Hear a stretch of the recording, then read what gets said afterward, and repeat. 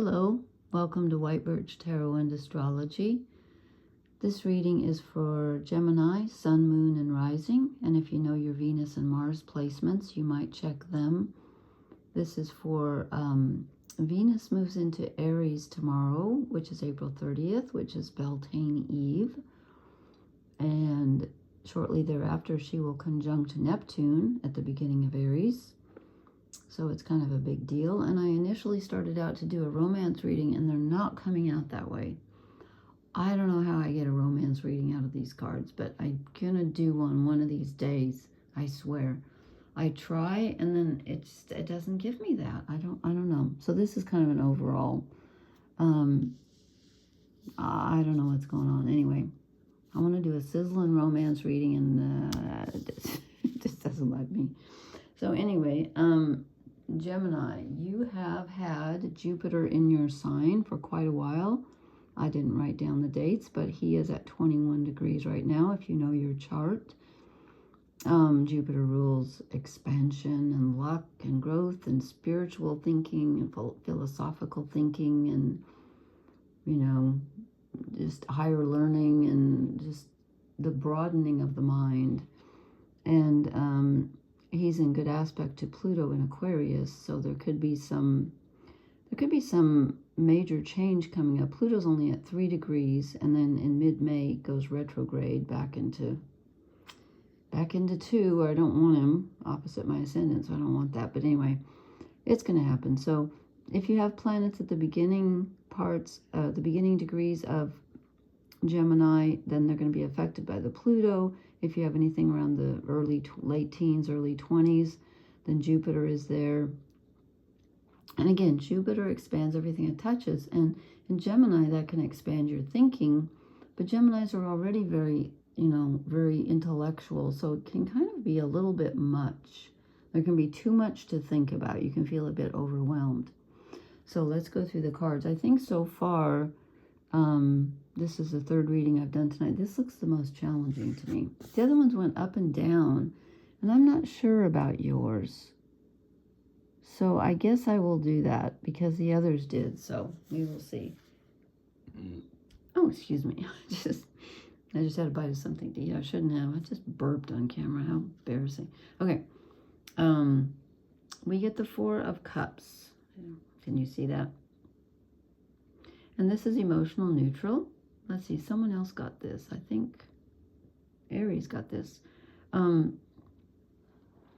So this is feeling a kind of a bit, I'm not going to say depressed, but not really happy, not really motivated, just kind of blah a bit. Maybe you're a little overwhelmed at all of the Jupiter energy that caused so much overthinking. Not sure. And we'll just see if they go this way. It's on top of the Hierophant. And the Hierophant is higher. It's connected to Jupiter. I think it's Jupiter's card, isn't it? Let me think. Gosh, I just lost my, let me see, what does Liz Green say? Oh, she calls him Chiron. Okay. Unconscious answers and philosophy. Yeah, that's right. She calls him Chiron. Anyway, this is about faith in religion, philosophical principles, authorities outside yourself. And when I see the lightning strike come in, I feel like there's a change. And again, with Jupiter going through your sign, you've probably changed your mind about 1,000 times, I would think. But I think there's a feeling of disruption on an emotional level, and that could be why you're kind of laying low. Or this could be a change that suddenly your belief system or something in your belief system, maybe not your entire belief system, changes. And that might change you emotionally, because I feel like these are connected. And again, I'm not positive, but I think so. So there's something coming in about what to believe. Faith might be challenged. There's something coming in, some information coming in on that, in that area of your life. And then this is very positive. We have the Mother of Swords. Now, she's all about swords are thinking, and the mother is kind of in control, not as much as the father. She can be a bit, oh, what's the word I'm looking for? A bit inflexible as far as her thinking goes. There might be, let me see, how does Liz Green always puts everything beautifully? She has the perfect word for this card. Oh, she says strong and idealistic, demanding of perfection. Yeah, it's overly, yeah, it's just like, I feel like it's like overly picky about mental things, you know, wanting everything to be perfect and being, too critical. That's what I'm trying to say. It can be being a little bit too critical. She wants her, it's her way or no way, kind of. And that is on top of, and again, you know what? I think your reading goes this way. The other readings went up and down. I'm not sure yours does. That's not making sense to me so much. I'm going to go 4 of Cups. We're going from emotional neutral to being a little bit too picky mentally, wanting mental control. And then we have, no, I just did that wrong. Sorry. We have Temperance. Okay. You're seeking balance. There's a feeling of being kind of imbalanced. Maybe the Jupiter energy was too much, and you want to kind of get back to what you consider normal. Geminis are very, they like balanced thinking, but they're also very, you know, their minds can hold lots of different information at the same time. And I think you're looking for something to ground you just a bit and balance this out. I think the Jupiter going through your sign has been a bit challenging for you. Okay, then we already talked about the Hierophant. That may be, you know, you're looking for something to ground you, something to believe in, something to cling to. Well, we don't want to cling, but we want to have faith. And then I get the 7 of Wands. And in this deck, it's not as much about self-protection as it is about discovering your truth that doesn't necessarily go along with others' truth. They're white, this wand is black, and it's illuminating, and it's like, okay, this is what I believe, and I'm going to stick to it. It's about self-trust and, you know, sticking to your principles, which again goes with the Mother of Swords somewhat and the Hierophant. So I think you're going to, you might have felt a little challenged to be too balanced. I don't know. And I think you're finding something that works for you, that you want to, you know, you're going to defend and stick with. And then we get the Chariot. Okay, and in this deck, it's not 2 horses in different directions. It's movement. It's the sun and the moon together. It's the Chariot's ruled by the moon. So it's a bit of an emotional card, but it's about moving ahead. Let's see, how does, well, I don't have yes, I do have a book for this card, for these cards. I just want to see what she says about the Chariot. I rarely look at the book in here, and I probably should. What number is the Chariot? I should know that. 7. I didn't. For shame. Okay, where's 7? Come on. That's 8. Strong will and triumph. The Chariot is your confidence, your will, and your inner warrior. At points in your life when you felt the bliss of achievement or triumph, you were riding on his back. Build a relationship with this part of yourself. Try to see the Chariot inside you. The more focused your mind, the easier it will be to sense his presence and stay mounted on his back. With a fixed gaze and sure footing, you'll be headed toward all you dream of. Okay. Okay, so maybe this is, you know, the Hierophant's going to give you something to shoot for, and this is your truth that you found here. Okay, then I've been drawing way too many shadow cards tonight. I keep getting 4 and 5 for everybody. And as usual, I get one that we have as a regular card, so Temperance. So I think you're looking for too much balance. And right now, I'm not sure you're going to find it. That's probably not the thing to do. But then, and this is, your reading is so challenging. The next shadow card is the Four of Wands.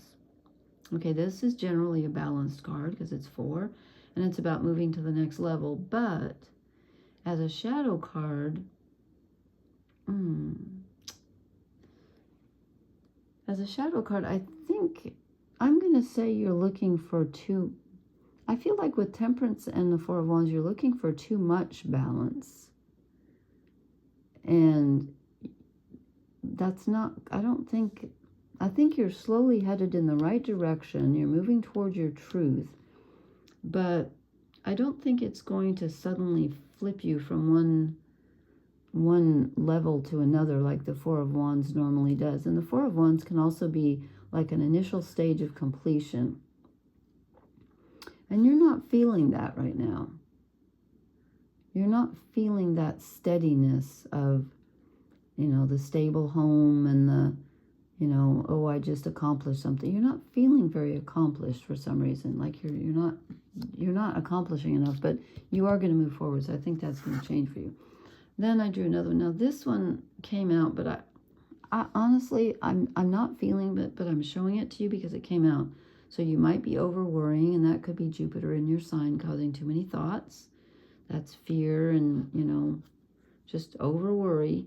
If that resonates, take it. I wasn't sure about it. And then I said, you know, what else is what is holding Gemini back? And I get the Emperor. So there's a lack of self-confidence here. There's a lack of feeling like you're feeling mentally, you're trying to get mental control, but you don't want to be overly mental and picky and get into the Nine of Swords and like, oh, it's not perfect and, you know, I'm worried. But what's that on there? But I think there's just a feeling right now, probably with Jupiter in your sign, you might be asking too much of yourself also. And I'm just getting the feeling that, you know, when you have the Hierophant with the lightning bolt in the background and then the Emperor as a shadow card, I'm thinking that, and it came out, I asked to clarify the Nine of Swords, because the worry could be coming from, you're just not feeling very in control right now. I'm getting that feeling very strongly. And it's making you a bit depressed and a bit like, you know, I don't really wanna. But I think that's going to change a little bit with the Chariot coming in, some movement, and some Ace of Wand energy, I hope. So, you know, you can look for balance, but don't overdo it. Oh, I need to draw you an oracle card. Let's see if this can clarify some of this. You have a really tricky reading. There's a lot going on with you. I mean, Jupiter is a big deal, and he's been in your sign for a while. I should write those things down, but I didn't. No, I can't take 4. Let me shuffle again. Gemini, Gemini, Gemini.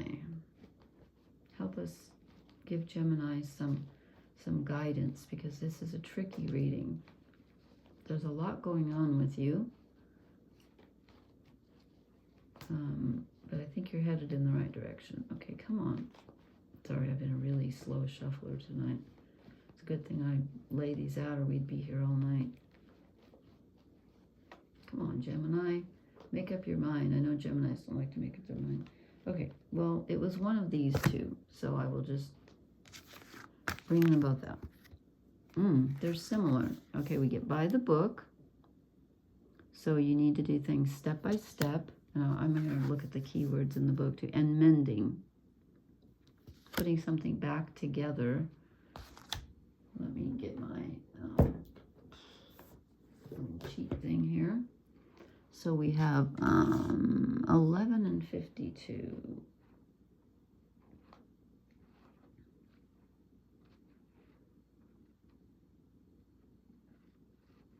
Okay. By the book, abiding by social rules, conformity, respecting cultural or family customs, universal laws. I'm going to go to the back and see what the, that's a protection message. Now is the time for a real change in consciousness, as you are incited to revolt. Challenge the structures that are limiting authentic progress.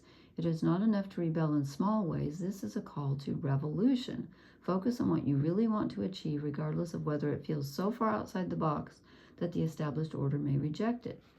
Okay, well, that goes with Jupiter in your sign, which is certainly, calling you to higher things. And maybe that's why the Hierophant has the lightning strike, and why the Emperor is a shadow card. Maybe you are trying to go against authority. Funny, I didn't get that in the rest of this. Let's see what mending says.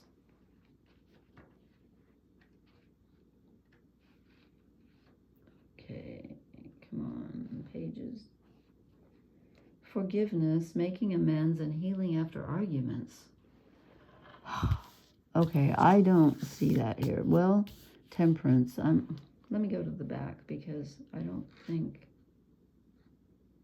just don't think that fits. I don't feel like it fits. Let's see if the protection message. Heartbreak is a strange healer of souls. Our grief strips away our masks and loosens our tight hold on our separateness, where we view ourselves as I and the world as it. Loss allows us to see ourselves as part of a larger scheme, opening us up to sympathy, empathy, and dependence on others in the moment when we can't hold ourselves together. Pain and suffering is part of life. It should say are part of life, and none of us will be immune to it. Can you view this loss, this pain, this dissonance as a way back to source? Let your sorrow break your heart wide open. Okay, I do not see that here. I do not see that anywhere. I don't see that here. I do see the boredom and the apathy and the lack of feeling out of control, or the feeling of out of control and the worry. I don't see grief, so I'm not quite sure where they're coming from there. So, yeah, it's overall positive, because I think you're moving out of the doldrums into something new. The Seven of Wands is great here. The Chariot is great. And Temperance is great, as long as you don't overdo it. So I'm going to stick with those. And I hope this made sense. It was a challenging reading, and I had a little trouble putting it together. But please leave me a comment and let me know. And also please hit the like, share, and subscribe buttons. And I will talk to you later. Blessings. Good night.